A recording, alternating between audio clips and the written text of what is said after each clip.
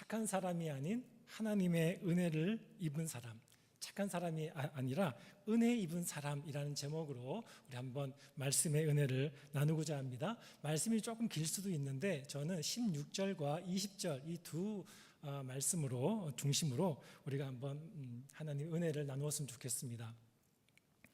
우리가 때로는 어떤 사람에게 좀 값지고 좋은 선물을 받을 때가 있지 않습니까? 그 받으면 좋다, 이런 선물 받게 되네, 참 좋은데 또 한편 부담이 있죠. 내가 다음에 또 이 정도 되는 선물을 또 해야 되겠다, 이런 생각을 또 하게 될 때도 있습니다. 결혼식 같은 경우에도 보면 우리가 축의금을 하지 않습니까?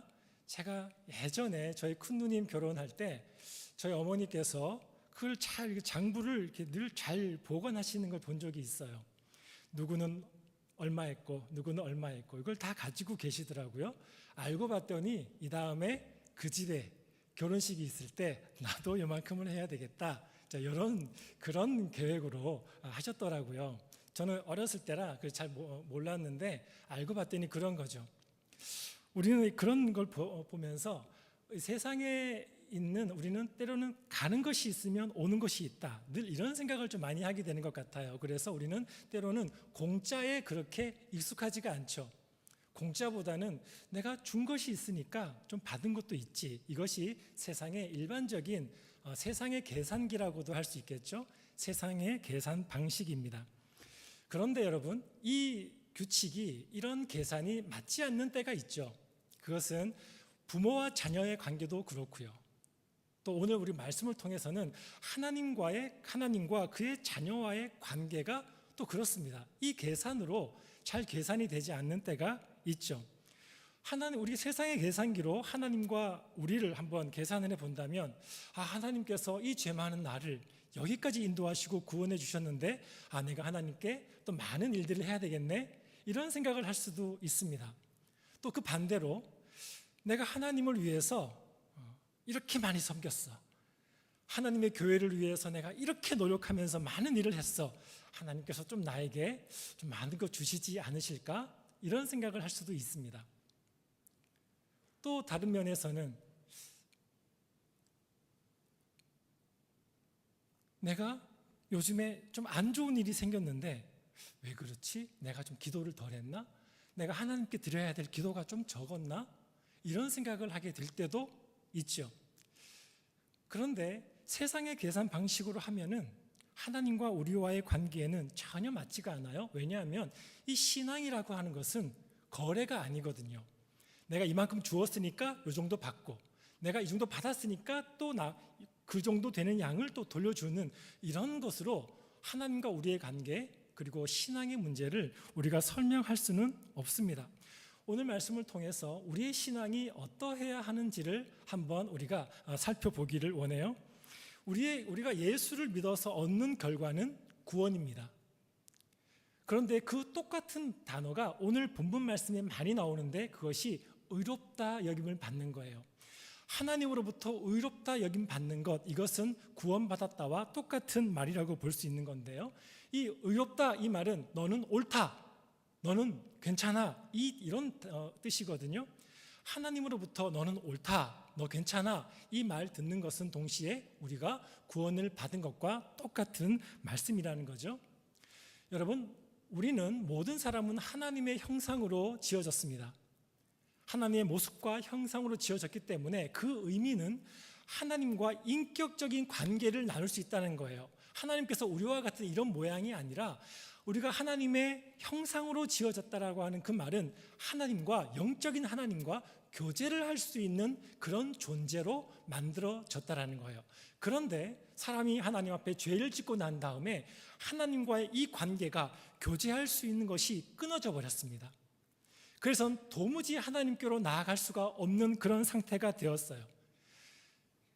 늘 사람은 두렵습니다. 왜 두렵습니까? 늘 나와 함께 있던 하나님, 우리로 한번 예를 든다면 큰 공원이 있습니다. 사람이 많이 있어요. 그런데 어떤 어린아이가 부모를 잃어버렸습니다. 그 어린아이는 두렵죠. 공포스럽죠.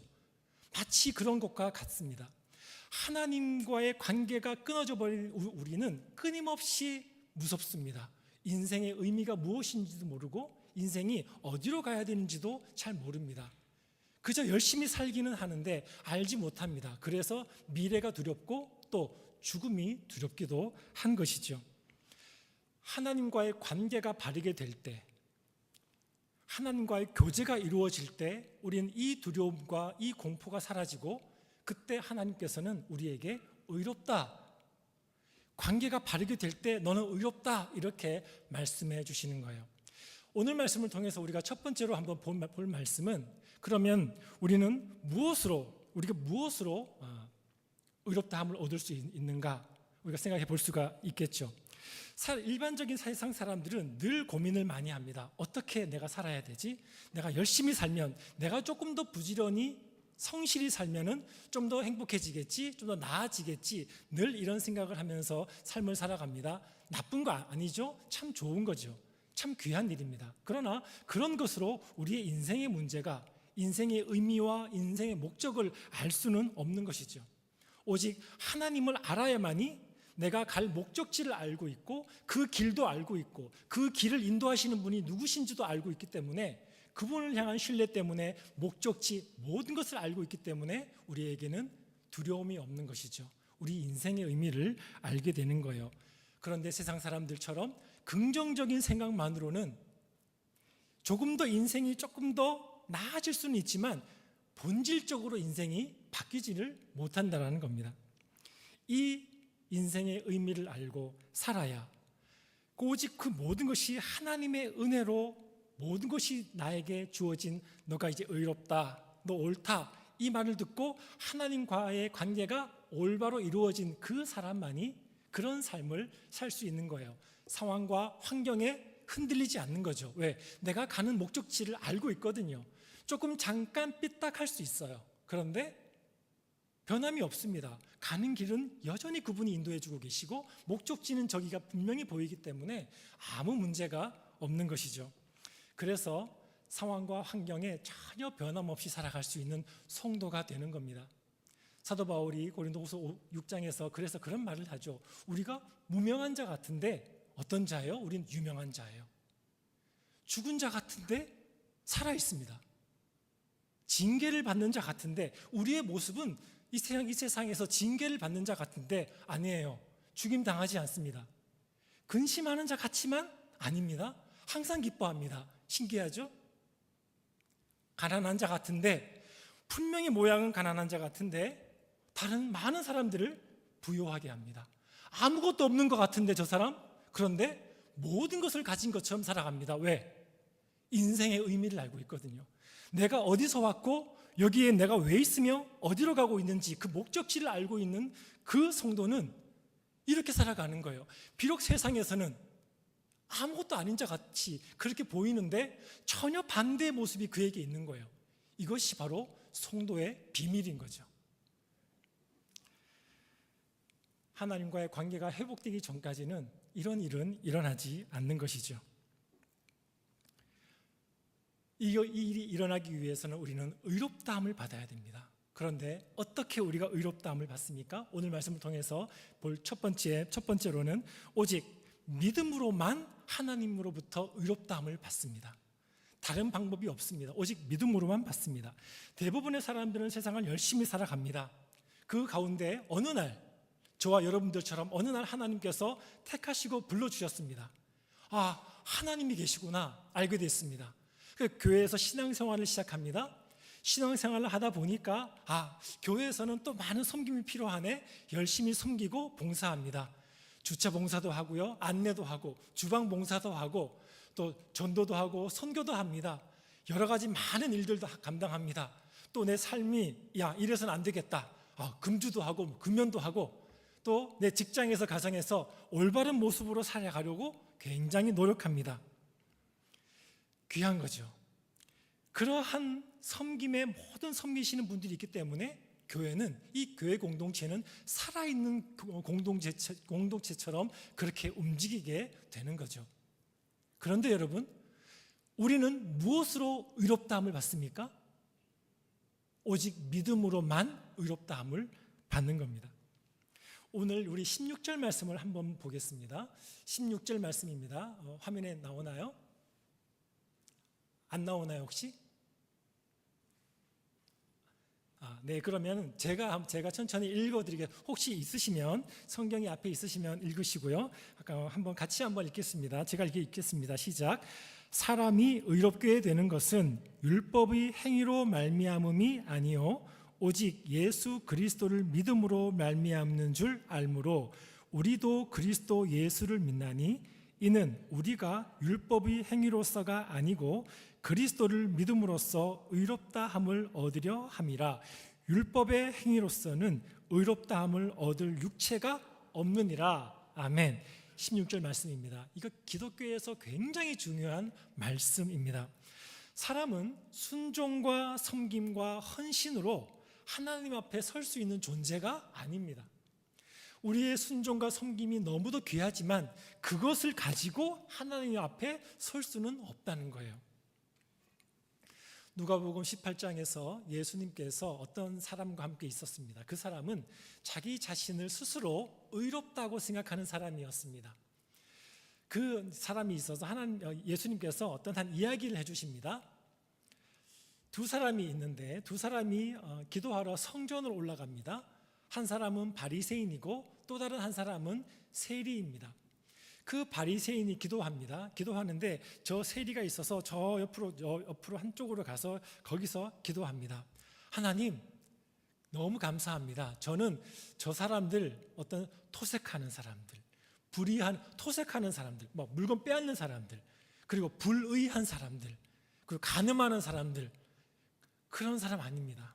감사합니다. 그리고 옆에 보니까 저기에 누가 있어요? 세리가 있어요. 하나님, 저는 저 세리처럼 그렇게 기도도 하지 않고 그런 사람 아닙니다. 저 세리와 같이 안음을 감사합니다. 하나님, 저는 일주일에 2번 금식합니다. 하나님, 저는 제 소득의 10의 1조를 드립니다. 감사합니다. 이렇게 기도합니다. 또 한쪽에서 세리도 기도하러 갔으니까 기도를 하겠죠. 기도합니다. 근데 세리는 그때는 고개를 들고 기도했거든요. 하늘을 우러러 바라보면서 기도했는데 세리는 이상하게 고개를 들지 못합니다. 고개를 숙이고 목을 탁 이렇게 숙이고 기도합니다. 하나님, 불쌍히 여겨주십시오. 나는 죄인입니다. 아마도 그는 일주일에 2번 금식 안 한 것 같아요. 아마도 그는 11조 안 한 것 같아요. 세리의 소득은 굉장히 나쁘게 봤기 때문에 그 사람은 11조 하고 싶어도 못했을 겁니다. 예수님께서 결론을 내리십니다. 이 두 사람 중에, 바리새인과 세리 중에 이 세리가 하나님으로부터 의롭다함을 받고 집으로 돌아갔다, 이렇게 말씀합니다. 여러분, 우리의 입장에서 바라본다면 우리가 하나님 앞에 모든 섬김과 열심히 하잖아요. 너무 귀한 것들입니다. 그런 것으로 사실 교회가 움직이는 거 맞습니다. 그럼에도 불구하고 우리의 열심과 헌신과 섬김으로 그것으로 우리가 하나님 앞에 의롭다함을 얻을 수 없다는 것을 분명히 알아야 한다는 거예요. 그런데 그 모든 섬김과 다 할 수 있는 모든 것을 다 했음에도 불구하고 의롭다는 여김을 받지 못할 수가 있습니까? 그럴 수 있다는 것이 성경의 가르침이라는 거예요. 그럴 수 있다는 겁니다. 어느 날 내가 하나님을 믿게 되었습니다. 너무 감사합니다. 그래서 하나님께 내가 무엇을 드릴 수 있을까? 여러 가지 섬깁니다. 전도도 하고 선교도 하고 내가 할 수 있는 모든 것, 가정에서 직장에서 만나는 사람들과도 함께 내가 할 수 있는 모든 것들을 다 합니다. 어느 순간 이 모든 것들을 하나님께서 기쁘게 받아주시겠지 하면서 거기에서 만족과 기쁨을 누리면서 어느 순간 갑자기 나처럼 하지 않는 사람들을 판단하고 정죄하기 시작을 하면서 이상하게 과거에 있었던 그 내가 처음 하나님으로부터 부름받았을 때의 그 감격과 감사는 어느 날 다 사라져버리고 남아있는 것은 남들을 판단하고 정죄하면서 더 많이 하나님을 섬기고 더 많이 열심히 봉사하면서 살아가는 모습이 우리에게도 저에게도 있을 수 있다는 거예요. 여러분, 순서가 바뀐 것이죠. 순종과 헌신 너무도 귀한 것입니다. 순서가 바뀐 겁니다. 하나님께서 우리에게 그러면 율법을 왜 주셨습니까? 왜 그런 모든 행할 것들을 왜 주셨습니까? 우리가 얼마나 하나님의 기준에 미치지 못하는지를 알라고 주신 겁니다. 갈라디아서 3장 24절 말씀을 제가 읽어드리겠습니다. 이같이 율법이 우리를 그리스도께로 인도하는 초등교사가 되어 우리로 하여금 믿음으로 말미암아 의롭다함을 얻게 하려 함이라. 여러분, 율법이 목적이 아니라 율법은 우리를 그리스도께로 인도합니다. 우리는 그리스도를 믿습니다. 율법이 아니라는 것이죠. 그럼 율법은 뭐예요? 율법은 거울입니다. 거울. 율법에 가서, 율법이라고 하는 거울에 가서 내 얼굴 봅니다. 내 몸을 봅니다. 아이고, 얼굴에 더러운 것이 묻었네? 뭐가 묻었네? 보라는 거예요. 근데 아무리 보고 있어도 거울이 나를 깨끗게 해주지는 못하죠. 율법은 그런 거라는 거예요. 율법 보고 빨리 그리스도께로 가라는 거예요. 거기 가서 깨끗함을 받으라는 겁니다. 율법은 그런 거예요. 오직 믿음으로만 의롭다함을 받는 겁니다. 오늘 말씀을 통해 우리가 배우는 두 번째로는 우리의 모든 순종과 헌신은 하나님의 은혜 아래에서만 이루어져야 한다는 겁니다. 여러분, 우리의 모든 순종과 헌신, 하나님의 은혜 아래에서만 이루어져야 되죠. 왜 그렇습니까? 여러분, 우리의 순종과 헌신은, 모든 섬김은 완전합니까? 온전합니까? 그렇지 못합니다. 여러분, 예를 들어서 우리의 예배를 한번 보겠습니다. 여러분, 아침에 일어나서 준비하셔서 예배에 나오신 거 참 귀한 것이죠. 우리가 온전한 예배, 완전한 예배를 드리고 있습니까? 저는 늘 고백합니다. 우리는 그럴 수 없습니다. 저도 그럴 수 없습니다. 왜냐하면 우리는 완벽하게 예배를 드릴 수 없는 존재입니다. 만약에 하나님께서 우리로 하여금 완벽한 예배를 드리게 하기 위해서 갑자기 지금 저와 여러분들의 영의 눈을 열어주셨다고 한번 상상해 보십시오. 전혀 못 보던 것들을, 보여지는 것을 하나님께서 저와 여러분에게 허락했다고 한번 상상해 보십시오. 자, 예배에는 하나님이 임재하십니까? 아멘. 그렇죠? 하나님 혼자 오십니까? 갑자기 여기가 다 열리면서 하나님이 임재하시기 전에 천군 천사, 우리가 다 이루 헤아릴 수 없을 만큼 수천 수만의 천군 천사가 지금 우리를 둘러쌉니다. 왜? 저와 여러분들은 하나님의 자녀이기 때문에. 그들은 하나님의 부르시는 종이고, 하나님의 자녀가 하나님께 예배를 드리는 자리에 그들이 이것을 바라보기 위해서, 축복하기 위해서, 보고 싶어서 천군 천사가 우리를 둘러싸고 있습니다. 그 가운데 하나님이 임재하십니다. 여러분, 우리가 고개 들 수 있겠습니까? 두려워 떨려서 지금 내가 아무것도 아닌 내가 예배 드리는데 천군 천사가 여기에 와서 우리 예배를 바라보면서 하나님을 찬양합니다. 여호와라, 여호와라. 하나님이 임재하신다. 우리의 예배를 너무도 사모합니다. 그 종들이 수천 수만의 그 가운데 지금 우리가 이렇게 앉아있고 서서 우리가 예배를 드리고 있다면 우리가 어떤 마음으로 예배를 드리겠습니까? 그저 고개 숙이고 고개 들지도 못하고 나는 죄인입니다, 나를 불쌍히 여겨 주십시오라고 그것밖에 하지 못하지 않겠습니까? 그럴 때 우리는 온전한 예배를 드릴 수 있겠지요. 우리는 온전한 예배 드리지 못합니다. 여전히 부족하고 여전히 나약하고 온전한 예배라고 드릴 수 있는 것이 우리는 전혀 그런 모습이 우리에게 없지요.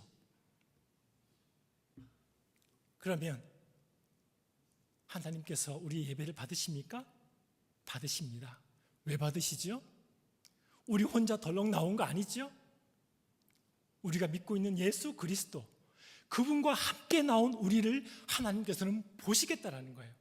너무도 부족하지만 그저 우리를 직접 보시는 것이 아니라 우리 안에 있는 이 십자가, 예수 그리스도를 피로 씻긴 나를 보시기 때문에 하나님께서는 이런 부족한 우리의 예배도 받아주시는 거예요. 너무 감사한 것이죠. 그래서 은혜인 것입니다. 예배를 드릴 수 있는 것도 은혜인 것입니다. 내가 열심히 해서 예배를 드릴 수 있는 것이 아니라는 거예요. 다른 예로 우리의 섬김을 한번 보겠습니다. 우리의 섬김, 여러분 교회를 참 사랑하시죠? 참 담임 목사 없는 상황 가운데에서 참 어려운 시간 보내고 계십니다. 그 가운데서 섬기면서 너무 귀합니다. 그 귀한 섬김들이 그럼에도 불구하고 완벽하다고 우리는 말할 수 없지요. 힘을 다하고는 있지만 완벽할 수가 없지요. 누가복음 15장에 예수님께서 돌아온 탕자에 대해서 말씀하십니다.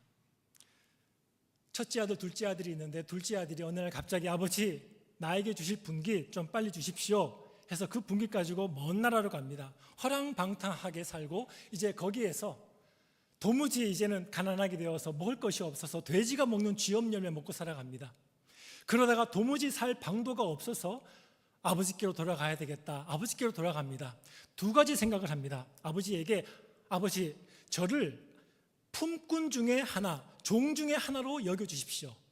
두 번째로는 저를 아들이라고 여기지 말아 주십시오. 아들이라고 부르지 말아 주십시오. 이 두 가지 말씀을 요구를 합니다. 근데 아버지가 그 아들 보자마자 어떻게 해요? 먹을 거를 안 씁니다. 냄새가 많이 났을 텐데요. 냄새 진짜 많이 났을 텐데 입을 맞춥니다. 제일 좋은 옷을 가지고 와서 옷을 입혀줍니다. 손에 반지를 끼워주고요. 발에 신발을 신겨줍니다. 살찐 송아지 잡아라. 그 잔치를 베풉니다. 이 둘째 아들이 행한 멋진 거, 좋은 거 뭐가 있죠? 아무것도 없죠. 아무것도 없는데 아버지는 그렇게 합니다. 왜요?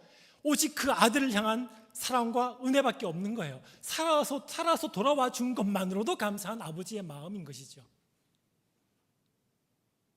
둘째 아들, 그러한 아들이 되었습니다. 자, 이제 첫째 아들은 어떻게 되었습니까? 우리가 일반적으로는 둘째 동생이 왔으면 야 어떻게 지냈어? 야 고생 많이 했네. 이런 말을 좀 할 것 같은데 둘째에게로 가지 않은 것 같아요. 아버지께로 가서 아버지 내가 아버지를 섬겨서 지금까지 아버지의 명을 어긴 적이 한 번도 없습니다. 나한테 혹시 염소 새끼 한 마리라도 잡아서 내 친구들과 함께 잔치 베풀어 주신 적 있으십니까? 없지 않습니까? 이 첫째는 아버지에 대한 분노가 일어나기 시작합니다. 왜? 자기는 아버지를 너무 많이 섬겼거든요. 아버지를 섬기고 아버지의 말씀에 순종하고 늘 아버지에게 어떻게 할까, 효도를 어떻게 할까 늘 고민했었는데 그것을 가지고 어떻게 아버지의 마음을 얻을 수 있을까 고민했었는데 아무것도 한 것 없는 저 둘째에게 아버지께서 다 주시는 거예요. 모든 좋은 것들을 다 주시는 거예요. 자기는 아무것도 받은 것이 없다라고 불평하고 원망하고 있는 거예요. 그의 몸은 아버지 집에 있었지만 그의 순종과 헌신과 모든 수고와 효도는 그에게는 뭐였어요? 짐이 되어버렸습니다. 기쁨이 아닙니다. 짐이 되어버렸습니다.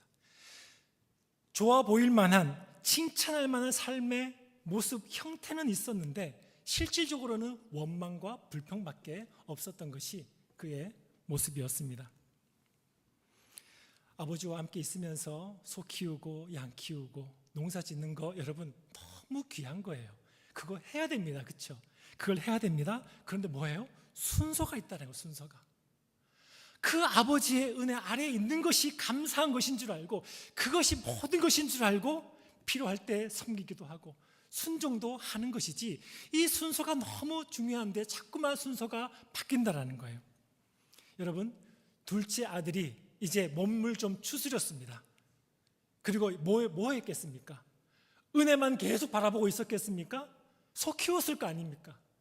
양 키우고 농사 지었을 거 아닙니까? 그런데 그 둘째 아들이 소 키우고 양 키우고 농사 지을 때 어떤 마음으로 했겠습니까? 이제는 과거와는 전혀 다릅니다. 모든 것이 하나님의 은혜이기 때문에 이것조차도 아버지의 은혜인 줄 알고 소 키우고 열심히 양 키우고 농사 짓습니다. 완전히 존재 자체가 바뀌어져 버린 것이죠. 우리의 섬김은 어떻습니까? 사랑하는 성도 여러분, 저와 여러분의 하나님을 향한 섬김은 바로 이러한 자세로의 섬김이 되고 있습니까? 나의 열심과 노력으로는 하나님 앞에 나아갈 수 있는 길이 아무것도 없다는 것이 하나님의 말씀의 가르침입니다. 그리고 이것이 성도의 믿음의 핵심입니다. 믿음으로 의롭게 되는 것입니다. 믿음으로 구원받습니다. 한 것 아무것도 없지만 그래서 이것을 가지고 좋은 소식이라고 부르는 거예요. 그래서 이것을 복음이라고 부르는 겁니다. 한 것 아무것도 없는 무익한 나를 여기까지 불러주신 그 하나님, 그것 때문에 우리는 좋은 소식이라고 부르는 것이죠. 모든 순종과 헌신도 하나님의 은혜에 근거해서 드리게 되는 것이죠. 세 번째로는 성도는 이 하나님의 은혜를 꼭 기억하며 살아가야 합니다. 여러분, 왜 기억해야 하는지 한 말씀을 드리겠습니다. 왜냐하면 우리는 잊어버립니다. 왜 잊어버립니까? 우리를 한번 보십시오. 하나님의 은혜를 받았습니다. 의롭다 여김 받았습니다. 그런데 우리 안에 의롭다는 모습이, 좀 의로운 모습이 우리에게 잘 보이지 않습니다. 그래서 자꾸만 우리는 잊어버립니다. 하나님이 나를 구원해 주셨고 하나님 나를 의롭다고 해 주셨는데 자꾸 나는 의롭지 않은 것 같아요. 그래서 자꾸만 잊어버리게 될 때가 있는 것이죠. 그래서 우리는 기억해야 됩니다. 노력을 해서 힘써서 우리는 기억해야 되는 것이죠. 무엇을 기억합니까? 우리 안에 실제적으로 변화가 있다는 것을 기억해야 됩니다. 먼저 기억해야 될 것은 우리 안에 진짜 변화가 있다는 것. 비록 내 눈에 다 보이지는 않지만 진짜 변화가 있다는 것을 우리가 기억해야 됩니다. 바울 사도가 고린도후서 5장 17절에서 말씀합니다. 우리의 모든 것이 다 바뀌었죠? 우리는 새로운 피조물이 되었습니다. 그렇죠? 우리의 모든 것은 다 이전 것이 되었고 온전한 새로운 우리의 그런 존재가 되었다라는 거예요. 언제? 그리스도 안에서. 그리스도 안에 있는 우리 모두는 다 새로운 피조물인 것이죠. 이전 것은 지나갔으니 와 보라 새 것이 되었도다. 새 것 아닌 것 같은데요? 아니에요. 말씀을 의지하라는 거예요. 이전 것은 지나갔으니 보라 새 것이 되었도다. 왜? 그리스도 안에 있는 자는 완전한 새로운 피조물이 되었다라는 거예요. 이것이 우리의 생각을 의지하지 말고 말씀을 의지해서 그리스도 안에 있으면 온전히 새로운 피조물이 되고 이전 것은 완전히 사라지고 새로운 피조물, 완전한 새로운 것이 되었다라는 것을 우리가 꼭 기억해야 되는 것이죠. 실질적으로 변화되었다라는 것을 기억해야 됩니다. 이 실질적으로 변화된 모습, 그것이 오늘 20절 말씀을 통해서 한번 보고 싶은데요. 우리 20절을 같이 한번 읽겠습니다. 제가 큰 소리를 읽겠습니다. 같이 한번 읽겠습니다. 시작. 내가 그리스도와 함께 십자가에 못 박혔나니 그런즉 이제는 내가 사는 것이 아니요 오직 내 안에 그리스도께서 사시는 것이라. 이제 내가 육체 가운데 사는 것은 나를 사랑하사 나를 위하여 자기 자신을 버리신 하나님의 아들을 믿는 믿음 안에서 사는 것이라.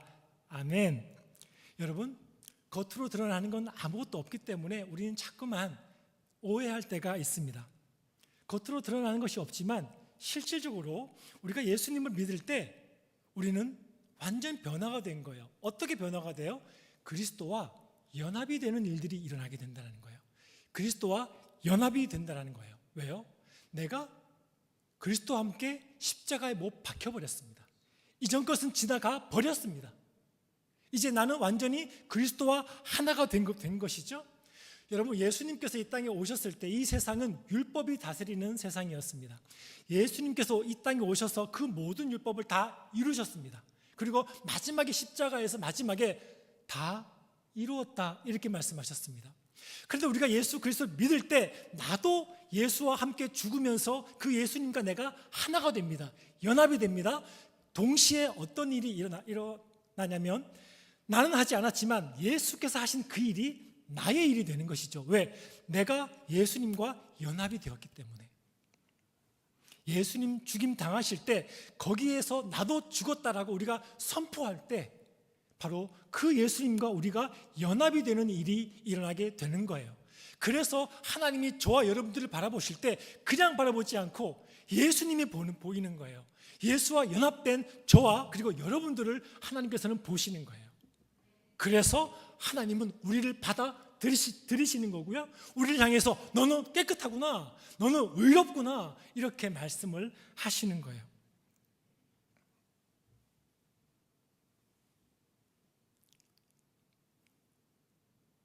꼭 기억해야 될 거, 우리가 실질적인 변화가 우리에게 있다라는 거예요.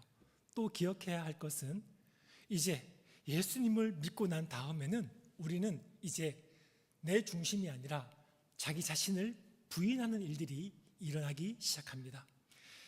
내 자신을, 내 속에 내가 너무 많잖아요. 내 생각, 모든 것이 다 내 생각입니다. 행복도 내 생각에서 바라보는 내 중심에서의 행복, 자유도 내 중심에서의 자유, 섬김도 모든 것들을 다 내 중심적으로 다 생각하지 않습니까? 이제 그런 것들이 다 깨어지기 시작하는 거예요. 왜?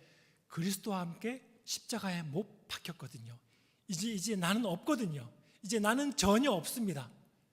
내가 전혀 없고 동시에 이제 나는 어떻게 됩니까? 그런즉 이제는 내가 사는 것이 아니요 오직 내 안에 그리스도께서 사시는 것이라. 이제는 내 안에 그리스도께서 사셔. 내 안에 내가 그리스도와 연합해서 삶을 이제 살고 있어. 그렇기 때문에 내 생각에 맞는 것대로, 내 눈에 보는 대로, 내 마음에 여겨지는 대로 판단하고 생각하지 않는다라는 거예요. 이제 내 중심이 아니라 예수님께서 보시는 대로 나도 이제 보고 싶은 거예요. 내가 원하는 삶을 살고 싶지 않은 거예요. 예수님께서 사시는 그 삶을 나도 살고 싶어지는 거지요. 연합함으로, 오직 예수 그리스도와 연합함으로 이런 일이 일어나게 되는 거예요. 예수님이 우리 안에 들어오셨습니다. 우리 안에 들어오신 예수님이 어떤 예수님이세요? 여러분들 모두가 좋아하실 말씀, 저도 참 좋아하는 우리 빌립보서 2장에서 예수님이 어떤 분이신지를 너무도 잘 설명해 주잖아요. 그는 근본 하나님의 본체이셨습니다. 하나님과 동등됨을 취할 것으로 여기지 아니하시고 오히려 자기를 다 비워내셨습니다. 그래서 종의 형체, 사람의 모양으로 이 땅에 오셨고 자기를 오신 것도 너무도 놀라운데 자기를 거기 더 낮추시고 복종하십니다. 어디에? 죽기까지 복종하십니다. 그 예수님이 낮아지시고 죽기까지 복종하신 그 예수님이 들어오셨어요. 높아지신 예수님이 오신 것이 아니라 낮아지신 예수님이 내 안에 들어오셨기 때문에 나도 어떻게 살고 싶어요? 이제는 남을 나보다 귀하게 여기고 싶어지는 거죠. 왜? 우리 주님이 그러셨잖아요. 우리 주님이 겸손하셨잖아요. 남을 나보다 더 귀하게 여기고 나의 부족함을 늘 기억하면서 함부로 다른 사람들을 판단하거나 정죄하지 않는 그런 삶을 살게 되죠. 내 안에 오신 예수님이 그런 예수님이기 때문에 꼭 기억해 하셔야 되는 거예요. 실질적으로 우리가 변화가 되었습니다. 그리고 우리 안에 예수님이 오셨을 때 우리 안에는 분명한 변화가 있는데 그것은 우리가 자기 부인, 나의 중심을 깨뜨리기 시작한다는 거죠. 이 믿음으로 살기가 어렵습니다. 말씀드린 것처럼 우리가 변하지 않습니다. 우리가 이렇게 내가 의롭게 되었다 하지만 우리 죄 짓죠. 여전히 죄를 짓습니다. 여전히 말로, 생각으로, 모든 것으로 우리가 과거의 습관을 조차 죄를 또 짓습니다. 그럼에도 불구하고 어떻게 해야 된다는 거예요? 기억하는 거예요. 아니에요. 나는 분명히 예수와 연합되었고 나는 그 예수님을 믿는 믿음 안에서 내가 이렇게 살아가는 거야. 내가 육체 가운데 사는 것은 이제 어떻게 사는 거예요? 나를 사랑하사 자기 자신을 버리신 예수 그리스도를 믿는 믿음 안에서 사는 거죠. 하나님의 아들을 믿는 믿음 안에서 살아가는 거예요. 죄 짓습니까? 짓습니다. 또 지을 겁니까? 또 지을 겁니다. 늘 부족하죠. 그러나 말씀에 의지해서 이 육체를 벗어날 수는 없습니다. 훗날 벗어나게 되겠죠. 그날에는 우리가 완전해지겠지만 육체 안에서 사는 동안에는 그 자기 자신을 버리신 하나님의 아들을 믿는 믿음 안에서 우리가 살아가는 것이죠. 사랑하는 성도 여러분, 그러므로 우리의 생각이 이끈 대로 살아가면 절대로 안 된다는 말입니다. 이 믿음이 없이는 절대로 우리가 이길 수가 없다라는 거예요. 사도 요한이 말씀했습니다. 하나님께로부터 난 자마다 세상을 이기느니라. 세상을 이기는 승리는 이것이니 우리의 믿음이니라. 사도 요한이 20세 전후쯤 되었을 때, 10대 후반이나 20살쯤 되었을 때 예수님께서 부르셨습니다. 그 제자가 되어서 3년을 살아갑니다. 그리고 그 이후로 70년을 더 살았습니다. 예수님을 믿는 그 제자로서 70년을 삽니다. 이제 나이가 90세가 되었습니다. 90세가 되었을 때 사도 요한이 이미 자기 동료들은 이미 옛적에 이미 다 고난 가운데 순교했습니다. 많은 믿음의 동료들은 다 죽었습니다. 이제 고난 가운데 순교당하고 십자가에 거꾸로 못 박혀 죽고 다 그렇게 죽고 많은 성도들이 죽임당하는 거 다 봤습니다. 그 모든 것들을 다 봤고 이제 나이가 90이 된 사도 요한이 하는 말이 뭐라는 거예요? 야, 내가 인생 살아보니까 야, 그런 거 아니었어가 아니라 하나님께로부터 난 자마다 세상을 이기더라고. 세상을 이기는 이것은 하나밖에 없는데 우리의 믿음밖에 없었어. 90이 된 사도 요한의 그 노사도가 이렇게 고백을 하는 거예요. 70년을 고난 가운데 살았던 사도 요한이 말하는 겁니다. 세상을 이기는 승리는 하나밖에 없어. 우리의 믿음, 말씀을 향한 믿음, 내 자신의 섬김과 나의 그 어떠함을 믿는 것이 아니라 오직 하나님을 믿는 그 믿음 안에서 우리는 승리할 수 있다라고 사도 요한이 말하고 있는 겁니다. 말씀을 맺겠습니다. 사랑하는 성도 여러분, 착한 사람이기보다 하나님의 은혜를 입은 사람으로 살아가시기를 바랍니다.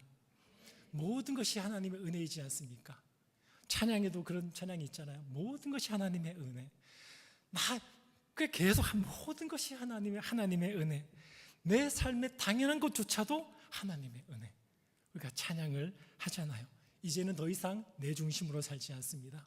이제는 다른 사람들에게 잘 보이기 위해서 노력하며 살지 않습니다. 더 나아가서 하나님께로부터도 내가 좋은 평가 받아야지라는 부담감도 없습니다. 하나님의 은혜만을 붙들고 오직 내가 그리스도와 연합되어 살아간다라고 하는 이 믿음 꼭 붙들고 살아가셔서 우리의 가정에서든지 교회에서든지 직장에서든지 그렇게 살아가시는 우리 모든 성도님들이 되시기를 간절히 축원합니다. 기도하시겠습니다. 하나님 아버지 감사합니다. 저희들은 참 모든 것이 하나님의 은혜였음을 이 시간 말씀을 통해서 생각해 봅니다. 하나님, 착한 사람으로 선한 사람으로 살려고 노력했었습니다. 참 그렇게 살려고 노력하게 해주신 것도 하나님 감사합니다. 그러나 모든 것 위에 하나님의 은혜가 전부임을, 그 아들 예수 그리스도를 나에게 주셨다라고 하는 그 은혜가 전부임을 기억하고 우리에게 주어진 삶을 힘을 다해 살아가는 우리 모두가 되게 하여 주시옵소서. 예수 그리스도의 이름으로 기도합니다. 아멘.